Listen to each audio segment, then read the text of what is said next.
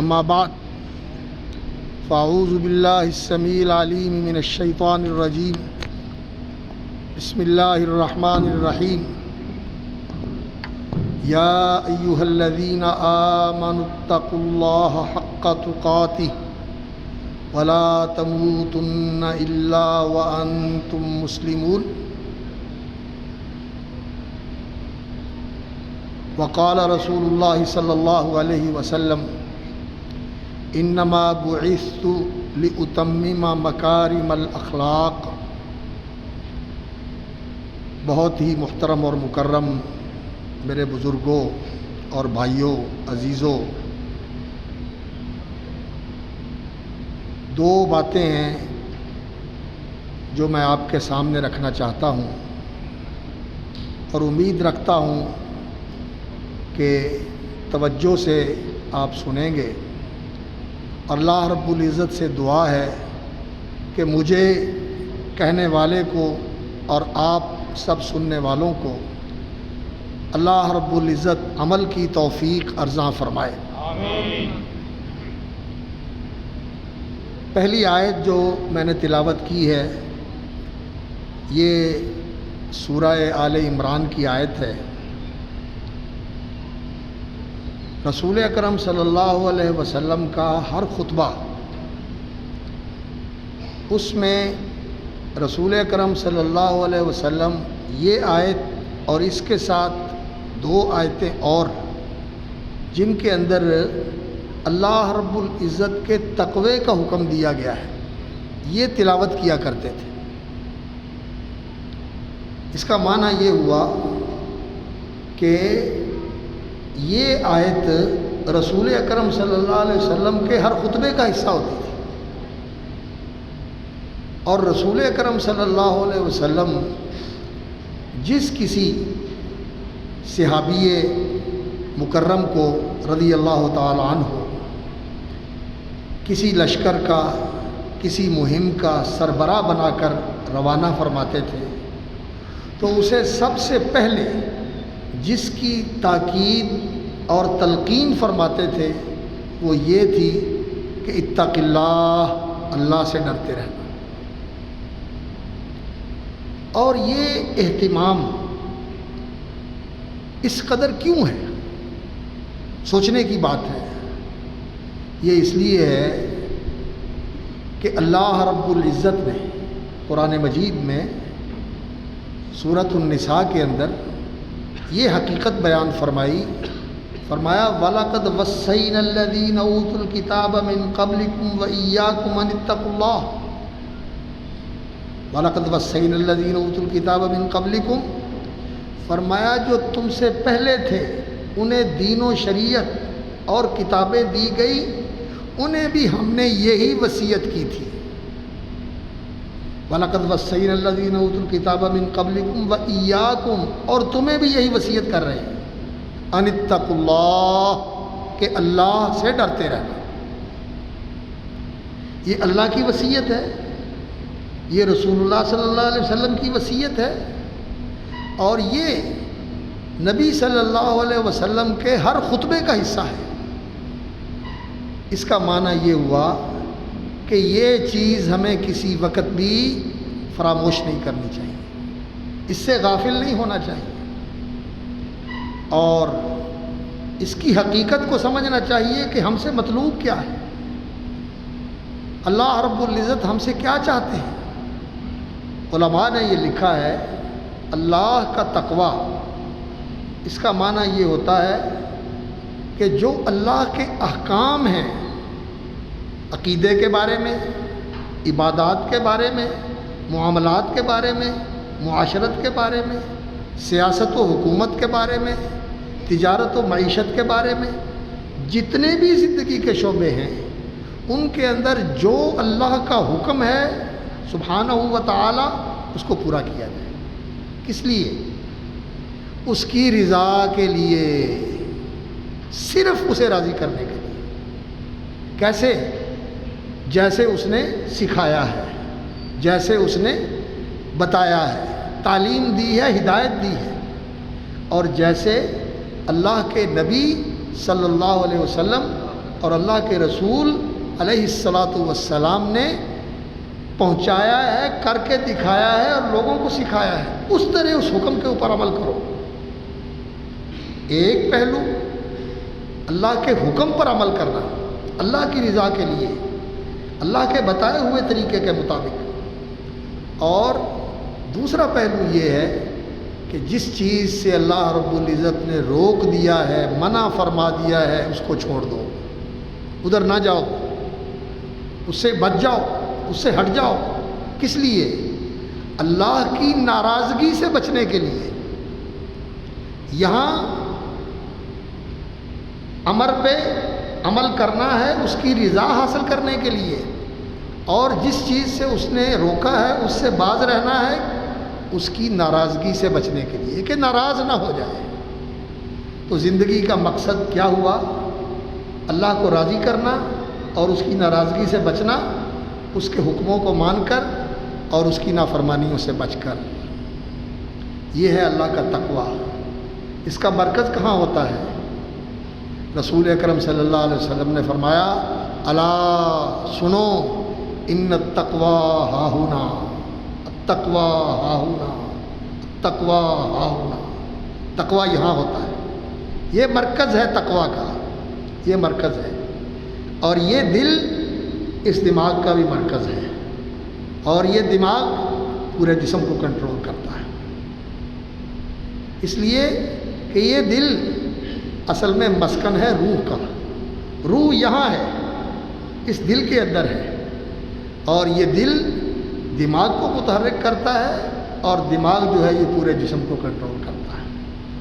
Medical science کو یہ حقیقت معلوم ہو اچھی بات ہے، نہ معلوم ہو تو یہ ان کی کوتاہی اور کم فہمی اور ان کی علم کی کمی ہے۔ اللہ رب العزت اور اللہ کے رسول کی بات سچ ہے۔ ہم اللہ اور اس کے رسول کی بات کو سب سے برحق اور برتر اور مقدم سمجھتے ہیں، اور کسی کی بات ہمارے سامنے کوئی حیثیت نہیں رکھتی۔ کیوں؟ رسول اکرم صلی اللہ علیہ وسلم نے فرمایا، جسم کے اندر ایک ایسا گوشت کا ٹکڑا ہے، اگر وہ سدھر جائے تو سارا جسم سدھر جاتا ہے، اور اگر وہ بگڑ جائے تو سارا جسم بگڑ جاتا ہے۔ اور وہ ٹکڑا کیا ہے؟ فرمایا دل۔ دل کے سدھرنے سے انسان سدھرتا ہے، اور دل کے بگڑنے سے انسان بگڑتا ہے۔ اللہ اکبر۔ اگر دل زندہ ہو تو انسان زندہ ہوتا ہے۔ دل کی زندگی یہ نہیں ہے کہ یہ دھڑک رہا ہے، خون پمپ کر رہا ہے، اور جو اس کے اندر بجلی کا مرکز ہے وہ پورے جسم کو بجلی فراہم کر رہا ہے۔ یہ زندگی نہیں ہے، یہ تو مادی زندگی ہے۔ اصل زندگی یہ ہے کہ اس کے اندر شعور ہو، اس کے اندر عقل ہو، یہ دیکھتا ہو۔ اللہ رب العزت نے فرمایا، انہا لا تعمل الابصار، یہ آنکھیں اندھی نہیں ہوتی، ولکن تعمل القلوب التی فی الصدور، یہ دلوں میں، یہ سینوں میں جو دل ہیں یہ اندھے ہو جاتے ہیں۔ دل کی آنکھیں ہوتی ہیں، دل سمجھتا ہے۔ لہم قلوب لا یعقلون بہا، فرمایا ان کے دل ہیں جن سے یہ عقل نہیں کرتے۔ عقل کا مرکز دل ہے، تو تقوی کا مرکز بھی دل ہے۔ تو بھائیوں، یہ تقوی ہماری زندگی کا اللہ کے ساتھ جو تعلق ہے اس کا محور ہے، یہ اس کا مرکز اور محور ہے۔ پوری زندگی کو یہ شامل ہے۔ اور اگر ہماری زندگی کے اندر تقوی آ جائے، تقوی آ جائے ہماری زندگی کے اندر، تو یقین جانیے اللہ رب العزت نے اتنی بڑی بشارت دی ہے کہ ایک تو یہ فرمایا کہ جنت جو ہے یہ اللہ رب العزت نے تیار ہی متقی لوگوں کے لیے کی، اعدت للمتقین۔ یہ جنت اللہ نے تقوی شعاروں کے لیے تیار کی ہوئی ہے۔ اور اللہ رب العزت نے دنیا کے معاملے میں فرمایا، وَمَن يَتَّقِ اللَّهَ يَجْعَل لَّهُ مَخْرَجًا، اور جو اللہ سے ڈر کے رہتا ہے، اس کے حکموں پر عمل کرتا ہے، نافرمانیوں سے بچتا ہے، اس کی رضا کو مقدم رکھتا ہے، اس کی ناراضگی سے ہر وقت بچنے کی کوشش کرتا ہے۔ یجعل لہ مخرجا، کیسی مشکل میں پھنسا ہو اللہ نکلنے کا راستہ بنا دیتے ہیں۔ یجعل لہ مخرجا ومن یتق اللہ یجعل لہ من امرہ یسرا، فرمایا جو اللہ سے ڈرتا ہے اللہ تعالیٰ اس کے معاملات میں آسانی فرما دیتا ہے، مشکلیں آسان ہو جاتی ہیں، مصیبتوں سے نکل جاتا ہے، مشکلیں آسان ہو جاتی ہیں۔ ومن یتق اللہ یکفر عنہ سیئاتہ ویعظم لہ اجرا، اور جو اللہ سے ڈرتا ہے اللہ اس کے گناہ معاف کر دیتا ہے۔ یکفر عنہ سیئاتہ ویعظم لہ اجرا، اور اس کا اجر بڑھا دیتا ہے، اس کا اجر بڑھا دیتا ہے۔ جنت بھی مل گئی، دنیا کے کام بھی آسان ہو گئے، مشکلوں سے بھی نکل گیا، گناہ بھی معاف ہو گئے، اور اللہ اکبر، اللہ رب العزت نے فرمایا کہ اللہ اس کا اجر بھی بڑھا دیتا ہے، ثواب بھی بڑھ جاتا ہے اس کا۔ تو کامیابی کا راستہ کیا ہے؟ تقویٰ۔ یہ ہے ایک بات، یہ اللہ کی وصیت، اللہ کے رسول صلی اللہ علیہ وسلم کی وصیت اور نبی صلی اللہ علیہ وسلم کے ہر خطبے کا حصہ، یہی میں نے آپ کے سامنے رکھا ہے کہ میرے بھائیوں اس کو پلے باندھ۔ حضرت معاذ رضی اللہ تعالیٰ عنہ نے عرض کیا یا رسول اللہ مجھے وصیت فرمائیں، سفر پہ جانا تھے، یا رسول اللہ مجھے وصیت فرمائیں۔ تو آپ صلی اللہ علیہ وسلم نے فرمایا اتق اللہ حیث ما کنت، معاذ جہاں بھی ہو اللہ سے ڈرنا۔ کیمرے کی آنکھ دیکھ رہی ہے، محتاط ہو جاتے ہیں، کیمرہ لگا ہے، سپیڈ آ جائے گی، جرمانہ ہو جائے گا، ویڈیو بن جائے گی۔ کیمرے کی آنکھ دیکھ رہی ہے، محتاط ہو جاتے ہیں، اور اللہ دیکھتا ہے کہ نہیں دیکھتا؟ دیکھتا ہے۔ کوئی چھپ سکتا ہے اللہ سے؟ کوئی چیز چھپائی جا سکتی ہے اللہ سے؟ نہیں۔ ہمیں کیا ہو جاتا ہے؟ کیسے نافرمانی کر لیتے ہیں اللہ کے سامنے، اس کی زمین پر، اس کی دی ہوئی قوت سے، اس کے دیے ہوئے وسائل سے، کس جرت کے ساتھ ہم اللہ کی نافرمانی کرتے ہیں؟ ڈرتے نہیں ہم اللہ رب العزت سے؟ جسم کو شل کر دے، دماغ کو معوف کر دے، دل کی دھڑکن کو بند کر دے، اللہ اکبر، زندہ لاش بنا دے، ہوتا نہیں؟ بیٹھا گرا کومے میں چلا گیا۔ ابھی آپ نے خبر پڑھی ہوگی، وہ افریقی فٹ بالر جو تھا فرانسیسی، 39 سال کومے میں پڑا رہا، 39 سال کومے میں پڑا رہا۔ اور ہمارے جاننے والوں میں میرا خیال ہے 9-10 سال ہو گئے، ہمارے ایک ساتھی ہیں، ان کا بیٹا بیچارہ کومے میں پڑا، سوکھ کے کانٹا ہو گئے، کومے میں پڑا۔ انسان کیسے اللہ کی نافرمانی کرتا ہے؟ اس لیے میرے بھائیوں، اللہ کی نافرمانی چھوڑ دو اور جو حکم ہے اس کے اوپر عمل کیا کرو۔ یہ کامیابی کا زینہ ہے۔ دنیا کی بھی کامیابی اللہ کے تقوی میں ہے، اور آخرت کی کامیابی بھی اللہ کے تقوی میں ہے۔ اور اللہ رب العزت نے فرمایا ان تصبروا وتتقوا، مسلمانوں تمہاری خوشی تمہارے دشمنوں کو بہت کھلتی ہے، اچھی نہیں لگتی۔ تم پہ مشکل آ جائے خوش ہوتے ہیں، لیکن تمہیں ہم ایک بات بتاتے ہیں ان تصبروا وتتقوا، اگر تم اللہ کے دین کے اوپر جمے رہو۔ صبر دو طرح کا ہوتا ہے، ایک شریعت پر صبر کرنا، یعنی شریعت سے ہٹنا نہیں، کچھ بھی ہو جائے، نہ لالچ میں آ کر نہ خوف میں آ کر، شریعت نہیں چھوڑنی، شریعت پہ قائم رہنا ہے، ایک یہ صبر ہے۔ اور دوسرا یہ اگر تنگی مصیبت آ جائے، پریشانی تکلیف آ جائے تو اللہ کا در نہیں چھوڑنا، پھر وہاں چھوڑ کے انسان بھاگ کھڑا ہو کسی عامل کے پاس، کسی جادوگر کے پاس، کسی عیسائی چوڑے کے پاس، اور کسی اور ایمان لوٹنے والے کسی دھوکے باز کے پاس انسان چلا جائے، نہیں، اللہ کا در نہیں چھوڑنا۔ مولا تیری طرف سے آیا ہے اور تو نے ہی کاٹنا ہے۔ این یمسسک اللہ بضر فلا کاشف لہ الا ہو، اگر تکلیف آ جائے تو اللہ کے سوا کاٹنے والا کوئی نہیں، اور اللہ دینا چاہے تو کوئی روکنے والا نہیں۔ اس لیے صبر، تکلیف مصیبت کے موقع پر اللہ کا در نہیں چھوڑنا اور اسی سے مانگنا ہے، اور وہ دینے والا ہے، وہ کاٹ دیتا ہے۔ کون ہے جو مصیبتیں کاٹتا ہے اور تکلیفیں دور کرتا ہے سوائے اللہ رب العزت کے؟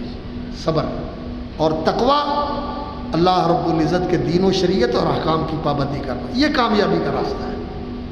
دوسری چیز جس کی طرف میں توجہ دلانا چاہتا ہوں وہ یہ ہے، یہ تو معاملہ ہے بندے کا اور اللہ کا، تقوی والا، اور بندے کا اور بندوں دوسروں کا، انسانوں کا، وہ ہے رسول اکرم صلی اللہ علیہ وسلم نے فرمایا کہ اللہ تعالیٰ نے مجھے بھیجا ہے لِأُتَمِّمَ مَكَارِمَ الْأَخْلَاقِ، تاکہ اچھے اور اعلیٰ عمدہ اخلاق کو نقطہ کمال تک پہنچا دوں۔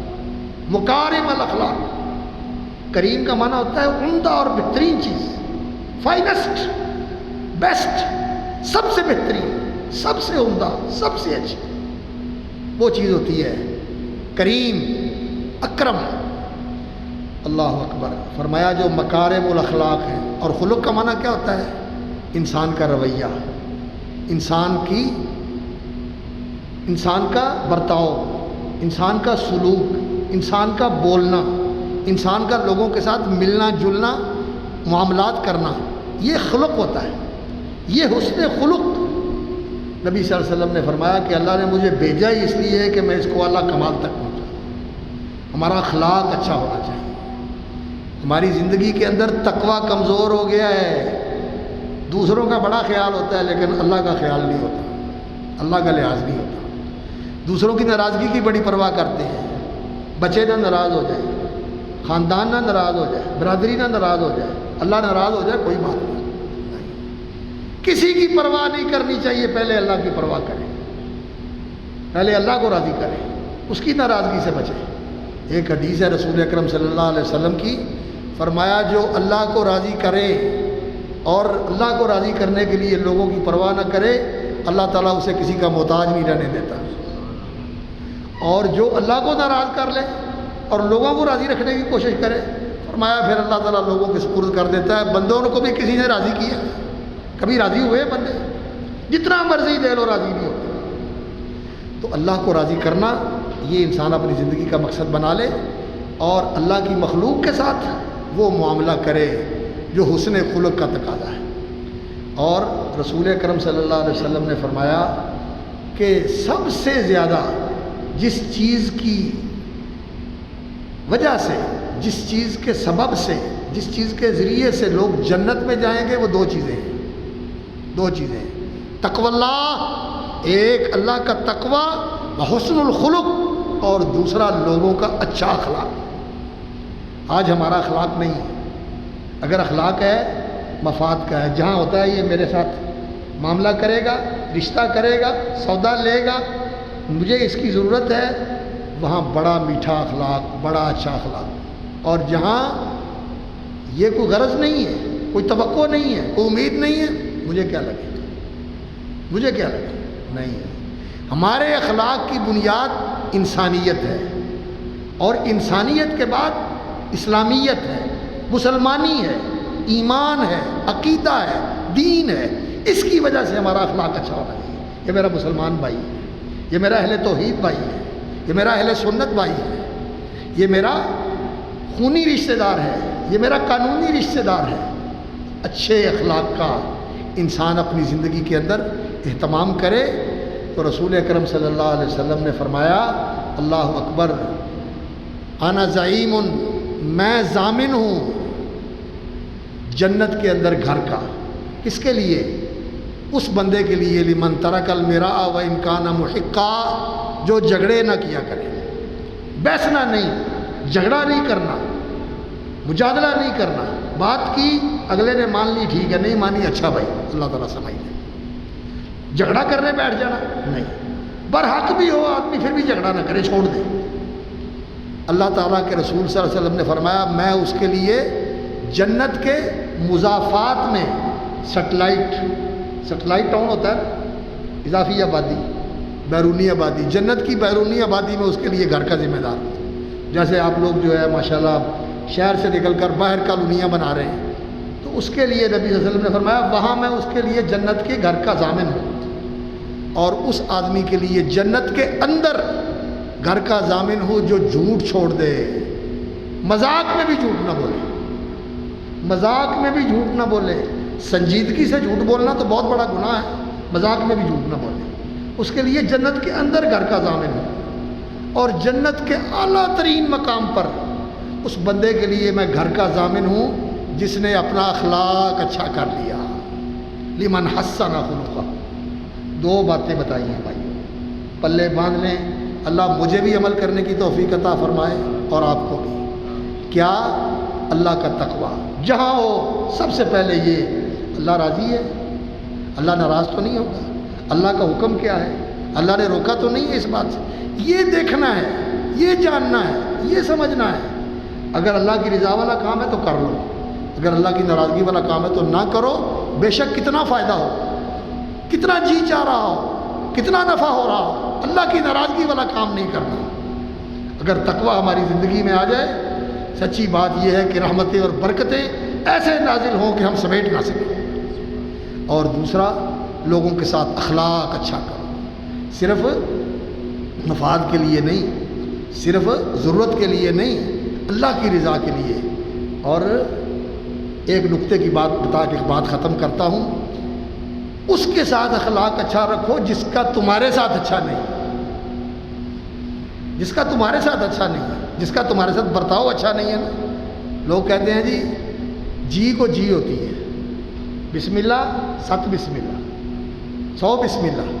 ایک دفعہ اگر آدمی اچھا کرتا ہے تو ہم اس کے ساتھ 100 دفعہ اچھا کرنے کے لیے تیار ہیں، لیکن اگر کسی نے ہمارے ساتھ بدسلوکی کی ہے تو پھر میرے ورگا کوئی نہیں، میں تو پیڑا کوئی نہیں، پھر دیکھ لے گا، میں چکھا دیا گا مزہ ہے، میں دس دیا گا میں کون ہوں، تو کنوں جڑا ہے نا چیلنج کیتا ہے تو کنوں منہ لایا ہے۔ اصل حسن اخلاق یہ ہے، اللہ کے رسول صلی اللہ علیہ وسلم نے فرمایا احسن الی من اساء الیک، جس نے تیرے ساتھ برا کیا ہے تو اس کے ساتھ اچھا کر، اللہ کی رضا کے لیے۔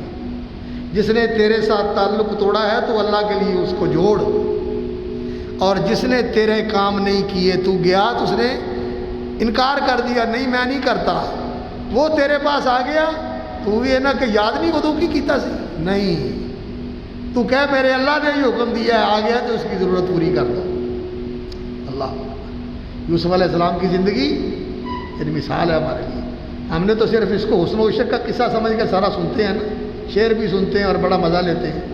اصل چیز اس کے اندر یہی ہے کہ جس نے زیادتی کی ہے اس کو معاف کر کے اس کے ساتھ احسان کرو، یہ ہے کامیابی کا زینہ۔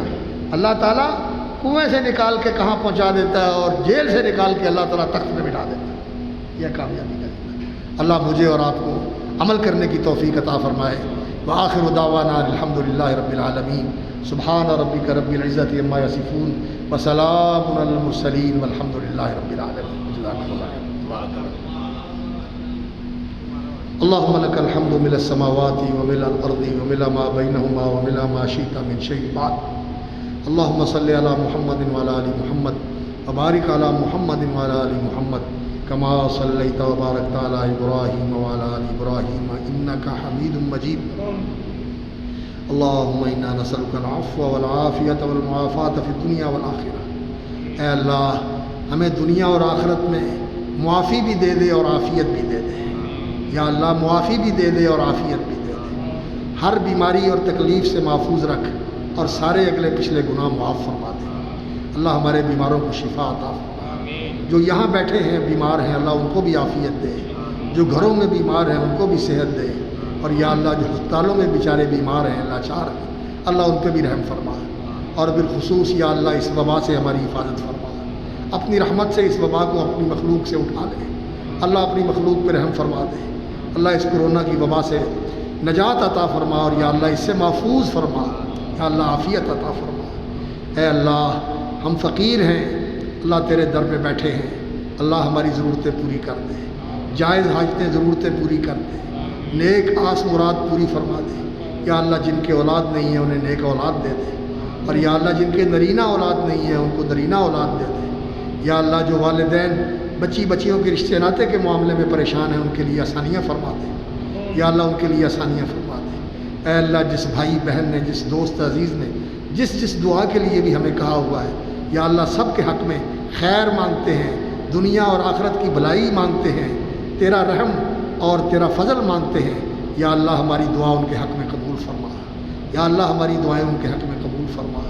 ربنا آتنا فی الدنیا حسنہ وفی الآخرۃ حسنہ وقنا عذاب النار۔ اے اللہ ہمیں تقوی نصیب فرما۔ اللہم انا نسألک البر والتقوی ومن العمل ما ترضى۔ اے اللہ ہم آپ سے نیکی مانگتے ہیں اور تقوی کی توفیق مانگتے ہیں اور اس عمل کی توفیق مانگتے ہیں جس سے آپ راضی ہو جائیں۔ یا اللہ ہماری زندگی تقوی والی زندگی بنا دے اور ہمارا اخلاق حسن اخلاق والا اخلاق بنا دے، وہ اخلاق جو رسول اکرم صلی اللہ علیہ وسلم نے سکھایا، جو صحابہ کا اخلاق تھا، جو تیرے پیارے رسول کا اخلاق تھا۔ اللہ ہمارا اخلاق وہ اخلاق بنا دے۔ اور اے اللہ جو تیرے نبی نے اور تو نے اس کے اوپر وعدے فرمائے ہوئے ہیں، یا اللہ ہمارے لیے وہ وعدے پورے فرما دے اور ہمیں ان کا مصداق اور اہل بنا دے۔ یا اللہ ہمیں اسلام کے اوپر زندہ رکھ، ایمان کی سلامتی سے دنیا سے لے جانا، اور یا اللہ موت بھی عافیت والی دینا، یا اللہ موت بھی عافیت والی دینا، حسن خاتمہ نصیب فرمانا۔ اللہم احینا مسلمین توفنا مسلمین والحقنا بالصالحین غیر خزایا ولا مفتونین۔ ربنا تقبل منا انک انت السمیع العلیم، وصلی اللہ علی عبدہ ورسولہ محمد وعلی آلہ وصحبہ اجمعین، آمین یا رب العالمین برحمتک یا ارحم الراحمین۔